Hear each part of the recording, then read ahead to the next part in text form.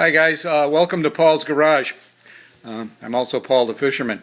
I wanted to build a line spooler because quite frankly I like to spool my reels with fresh line every year, and they're starting to charge like anywhere from 2 cents to 12 cents a yard. I have 10 reels. I'm going to show you here. I have like 10 reels. These are just my freshwater reels. These aren't saltwater reels. So if you figure the average one holds 150 yards, and if they're charging even 10 cents a yard, that's 150 bucks. That's a lot of money.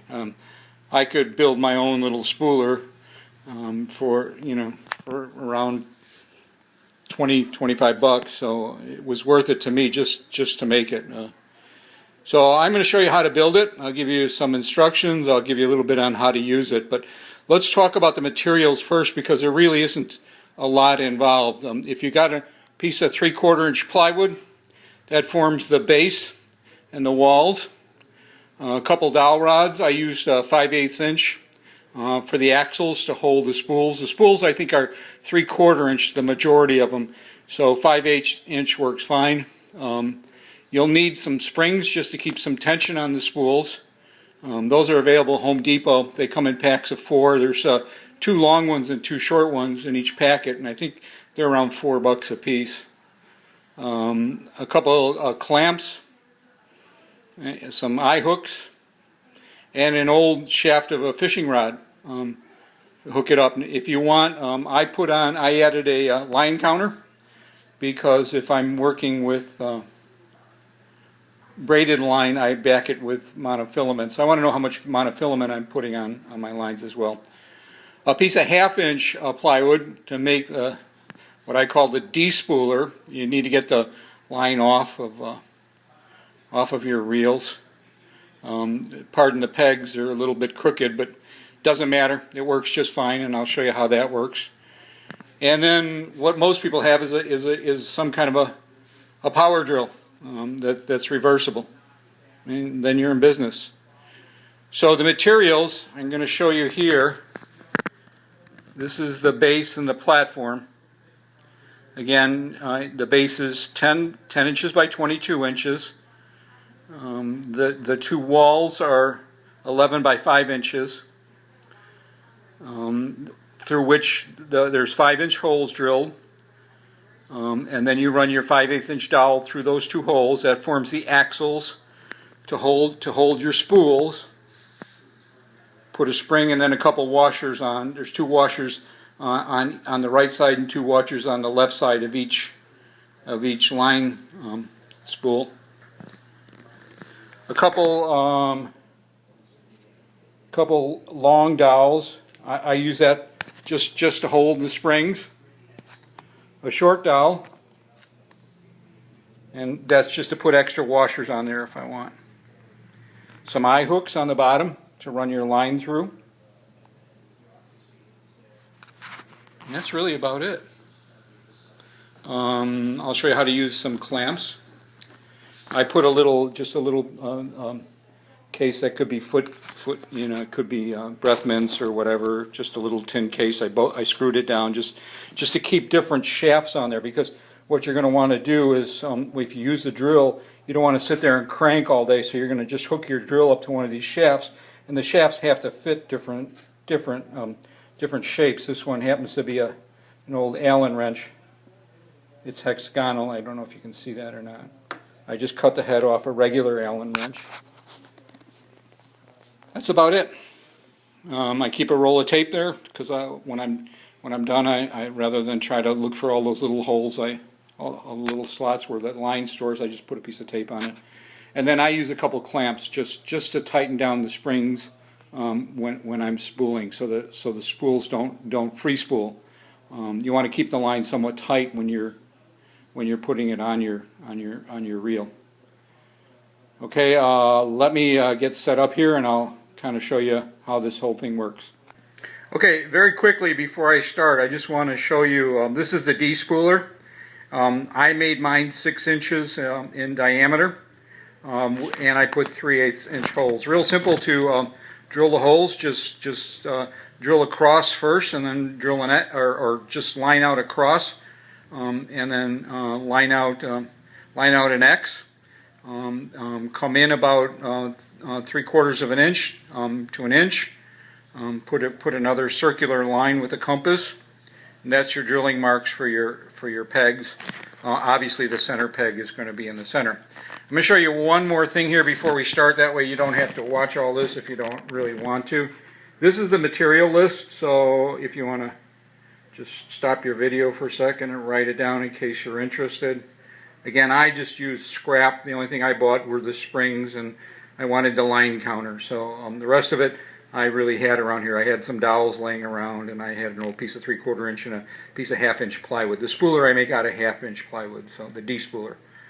Okay, so I'm going to show you how to despool it real quick here. Okay, despooling is really simple. I just tied a loop in a piece of line. I'm going to hook it up and just run your drill. That's it. Simple as that. You want to open your bail. I have the drag set real light, so I didn't have to open the bail on this one.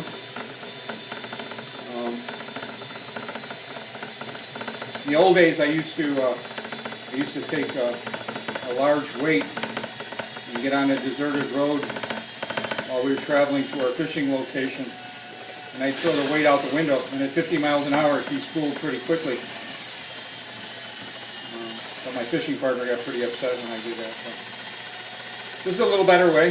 It's pretty quick. You'll see. I'm probably despooling about 150 yards here. Real fast if you want. Okay, there you go. All you need to do then is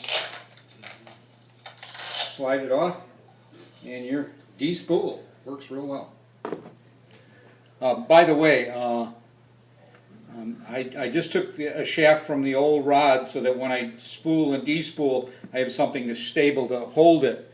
That rod, actually, I drilled holes in the base. And I just they're deep. They're probably about 3 or 4 inches.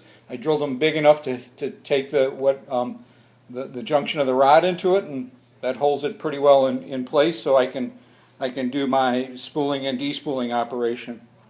Works pretty well. Okay, come back in a few minutes and I'll show you how to spool. Okay, so I'm going to be spooling 4-pound test, which is pretty light. This is pretty small. This is actually a little bait reel that I use. But I want you to notice something here. If you see that, I mean, that spins pretty easy. That's too easy. What will happen is when you stop the reel, it'll keep spinning. The other thing is it won't pull tight onto the reel. So I have the reel set up at the end of the rod. What I'm going to do, though, is I'm going to take one of these inexpensive clamps, okay, and I'm going to clamp it between the 2 washers, just to pull it tight so that there's some drag to it. Okay, I'm going to set that up and I'll come back. So I'll show you. Okay, so what I've done is I've just put the clamp. I've spread 2 washers apart. The springs will give. So I've spread the 2 washers apart, and I put the clamp onto the dowel rod. Now, if you'll notice, this takes a little effort to spin it, and it's okay. Your drill has the force and has the torque to do it. Okay, so now we're going to start our spooling operation. Let me get set up here.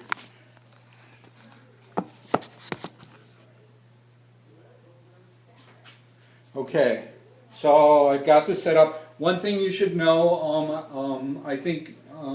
Probably most of you are aware, maybe you're not 100% aware. The way your reel winds, if it winds clockwise, it should come off the spool clockwise as well. Just a little tip, okay? All right, so I'm going to insert this, turn on my drill, and I'm spooling. Okay, there you go. I think we're pretty close. We're done. Just spooled 595 feet, so 200 yards. What did it take me? 5 minutes, 10 minutes, and didn't cost me anything. So one more thing, most line manufacturers that I've seen today use like a 3/4 inch opening in their line spools. Some of them will use a 1/2 inch or 3/8 of an inch. So what I did is I added this this little thing at the end. This is just a carriage bolt that I drilled through, put a nut at the other end, couple a washer in between, washer on the other side, and then loaded it with springs and a wing nut, so that if you run into that oddball that isn't a big one, you can accommodate it here, and then you just tighten up the wing nut to set the tension on the spool. The other option would be to use one of the dowels and use maybe a 3/8 inch dowel instead of a 5/8 inch dowel. But my findings is it's pretty rare to find the small ones, so I like the 5/8 inch dowels. But your call. I mean, it might be a good idea to use the smaller dowel. Okay, that's it. Good fishing. Let me know what you think. Please post a review. I appreciate it. Thanks. Bye.